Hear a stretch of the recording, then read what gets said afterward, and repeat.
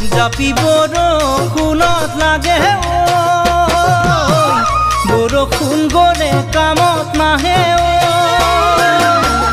আজিকালি ছোৱালীয়ে হাতত ৰাখে দীঘল নখ